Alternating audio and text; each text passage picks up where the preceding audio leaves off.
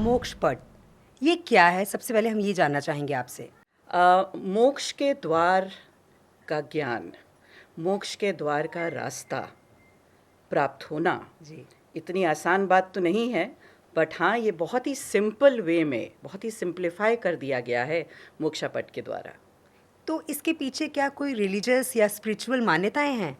मान्यता से पहले मैं ये बताना चाहूँगी कि ये बहुत ही एंशंट वैदिक टाइम्स से चलता आ रहा है। यानी कि जो हमारे ऋषि मुनि होते थे, सेंट सीयर्स होते थे, वो मोक्षपट जो को यूज़ करते थे to inculcate spiritual values to their disciples. यानी कि अगर कोई स्पिरिचुअल एडवाइस लेना है तो वो मोक्षपट का सहारा लिया जाता था। और ये भी मैं बता दूं कि इसमें तकरीबन 250 टू 270 बॉक्सेस हुआ करते थे, जिसमें ज़्यादातर जो बॉक्सेस थे वो रिलीजन बेस्ड थे। आपका हिंदुइज्म हो गया, जैनिज़्म हो गया, बुद्धिज़्म हो गया। लेकिन जो मॉडर्न एज मोक्षपट है, जो हमारे तक पहुंचा है, उसमें रिलीजन बेस्ड बॉक्सेस को हटा दिया गया है and it has become concised to 72 boxes, which means कि जो कर्मा थ्योरी है, जैसे ऊपर ये बेस्ड है the cause and effect theory, उसके हिसाब से 72 बॉक्सेस में इसको कंसोलिडेट कर दिया गया है। नीरज जी, ऑडियंस से मैं जानना चाहूँगी कि हम मोक्षा पट की बात कर रहे हैं, ये मोक्षा पट मोक्ष पात ही है ना? जो, क्योंकि बहुत से ऐसे जो हमारी ऑडियंस होगी उसको नहीं पता होगा, तो ये एक ही है ना? कुछ लोग मोक्षा पट बोलते हैं जी, यानी कि है तो वही, जैसे मैंने बोला, बोर्ड ऑफ लिबरेशन और द पाथ टू लिबरेशन।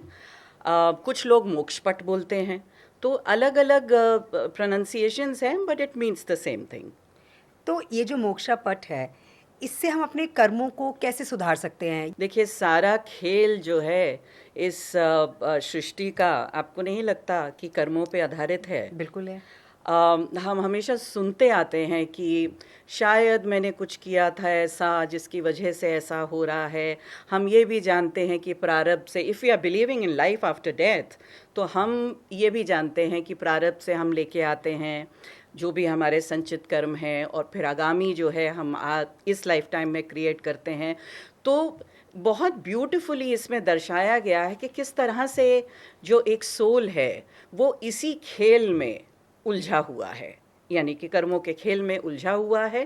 पहले तो उस चीज़ का आभास होना, उस चीज़ का ज्ञान प्राप्त होना अपने आप में एक बहुत बड़ी बात है कि भाई मैं कुछ गलत कर भी रहा हूँ कि नहीं, उस चीज़ का ज्ञान मिलना, फिर उसके बाद में उस चीज़ को समझना और फिर उसके ऊपर अमल करना। तो ये सारी चीज़ जो है वही मोक्षपट के द्वारा जानी जाती है कि किस तरह के कर्म आपको संचित कर लेने चाहिए ताकि कम से कम आगामी तो ठीक कर सको आप, और जो आप करके आए हो वो किस तरह से आप इस लाइफ टाइम में क्या आपको करना चाहिए जिससे कि उसका असर कम हो जाए। ख़त्म तो डेफिनेटली नहीं होगा, क्योंकि दृढ़ कर्मा आप ला रहे हैं, तो जो दृढ़ कर्मास हैं वो इतनी आसानी से तो जाते नहीं हैं। तो इसीलिए ये सारा जो है बहुत इंटरेस्टिंग मिक्सचर है यहाँ पे मोक्षपट में। तो हमें कैसे पता चलेगा कि हमें कौन से कर्म करने चाहिए और कौन से कर्म नहीं करने चाहिए? ये भी बहुत अच्छा सवाल है, कौन से कर्म हमें करने चाहिए।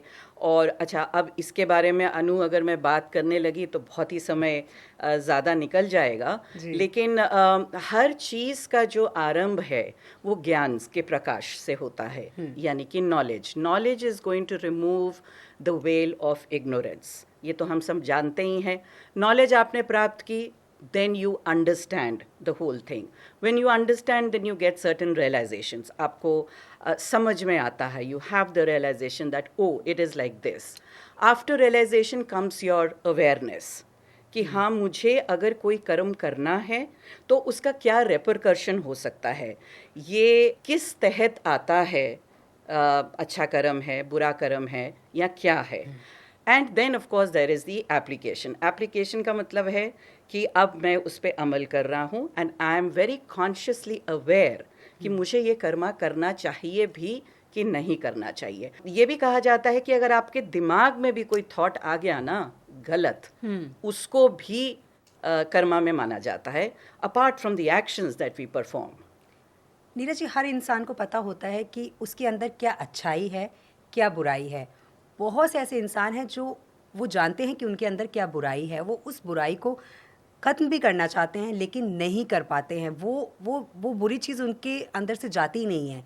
कैसे उस बुरी चीज़ को दूर करे वो इंसान? तो अगर आपको स्पिरिचुअली इवॉल्व होना है, अगर आपको, जैसे हम मोक्षपट की बात कर रहे हैं, अगर आपको मोक्ष की तरफ जाना है और उसके लिए आप सीख कर रहे हैं, आपकी जिज्ञासा है, तो जाहिर सी बात है आपके अंदर जो असुर हैं उनको तो आप पहचानेंगे। असुरों को हम बोलते हैं, अंग्रेजी में शायद ये ज़्यादा कैची वर्ड है, जिसको कहा जाता है शैडो सेल्फ। तो सबसे पहले आपको अपने शैडो सेल्फ पे तो काम करना ही पड़ेगा, हर कोई करता है, कोई इससे वंचित तो नहीं रह पाया है। और लेकिन सबसे पहले उनको जान लेना और एक्सेप्टेंस में आना कि हाँ भाई ये मेरा शैडो सेल्फ है। और जब आप जान लेते हैं एक्सेप्टेंस में, उसके बाद आप उसके ऊपर काम करना शुरू करते हैं। और ये सारी जानकारी, ये सारा ज्ञान, जब तक आप नॉलेज नहीं लेंगे, सही नॉलेज इसके बारे में जो मोक्षपट के द्वारा मिलता है, तब तक आप ये नहीं जान पाएंगे कि आपको कौन सा रास्ता चुनना है, या जो मैं एक कर्म कर भी रहा था वो क्या सही है या गलत है, वो भी आपको नहीं पता चलेगा जब तक आप सही ज्ञान नहीं प्राप्त करेंगे इसके बारे में। और ये तो बहुत ही ब्यूटीफुल टूल है। और ये ऐसा नहीं है कि किसी ने इसका आविष्कार किया है या किसी ने इसको खोजा है। This has always been there in our scriptures. हमारे जितने भी ग्रंथ हैं, उपनिषद्स हैं, वेदास हैं, ये सभी इन चीज़ों के बारे में बात करते हैं।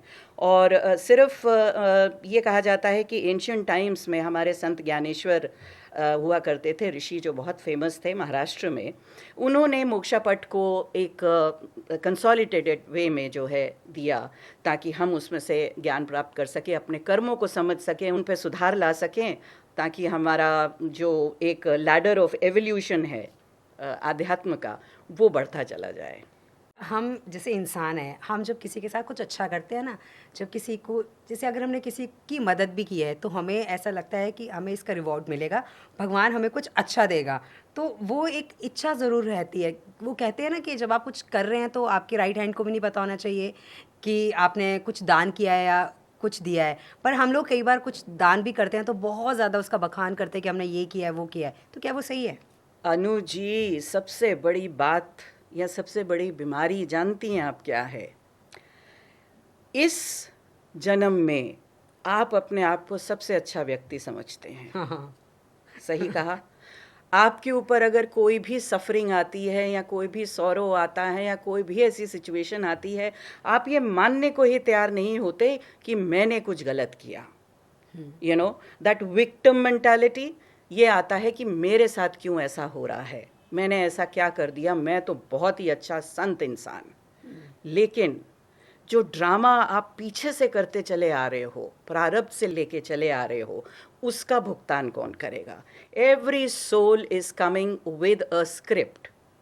आपको शायद पता भी होगा, आप अपनी स्क्रिप्ट स्वयं चुनते हैं, स्वयं लेके आते हैं, and that unfolds as destiny in this life time.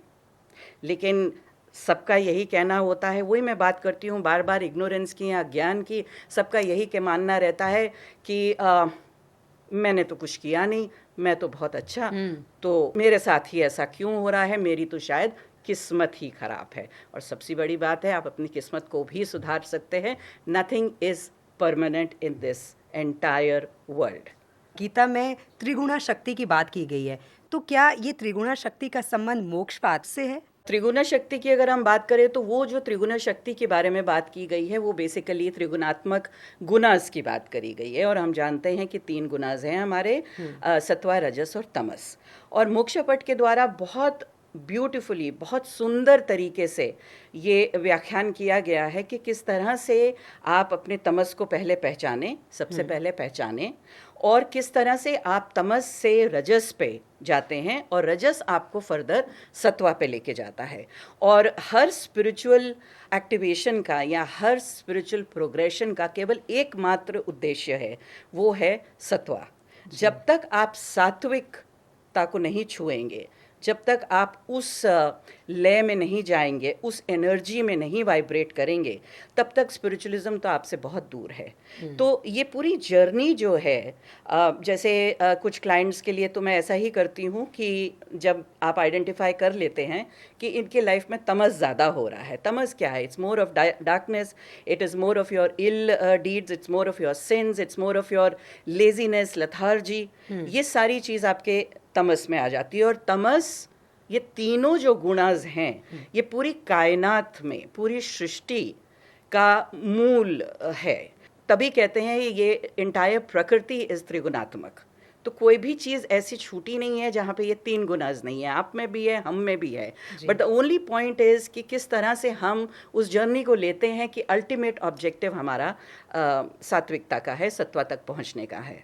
मोक्ष पथ की ओर अगर कोई जाना चाहता है तो कैसे जा सकता है? मतलब उससे कैसे कनेक्ट हो सकता है? सबसे पहले तो आपको अपने कर्मास पे जो है, कर्मास की अवेयरनेस होना बहुत ज़रूरी है।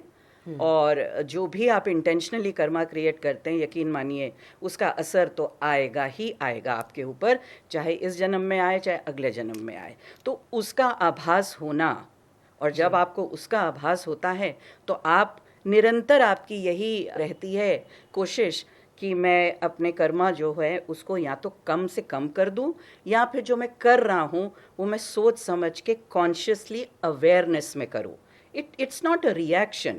It is something which is a response that we have to, take in order to progress, even spiritually. Spiritualism की बातें बहुत ज़्यादा होती हैं अनु, हर कोई बात करता है अध्यात्म की, हाँ। लेकिन उसका जो रास्ता जो है, या जो उसको सीख करने के जो मार्ग हैं, उसके बारे में बात अगर हम ज़्यादा करें तो बेटर रहता है।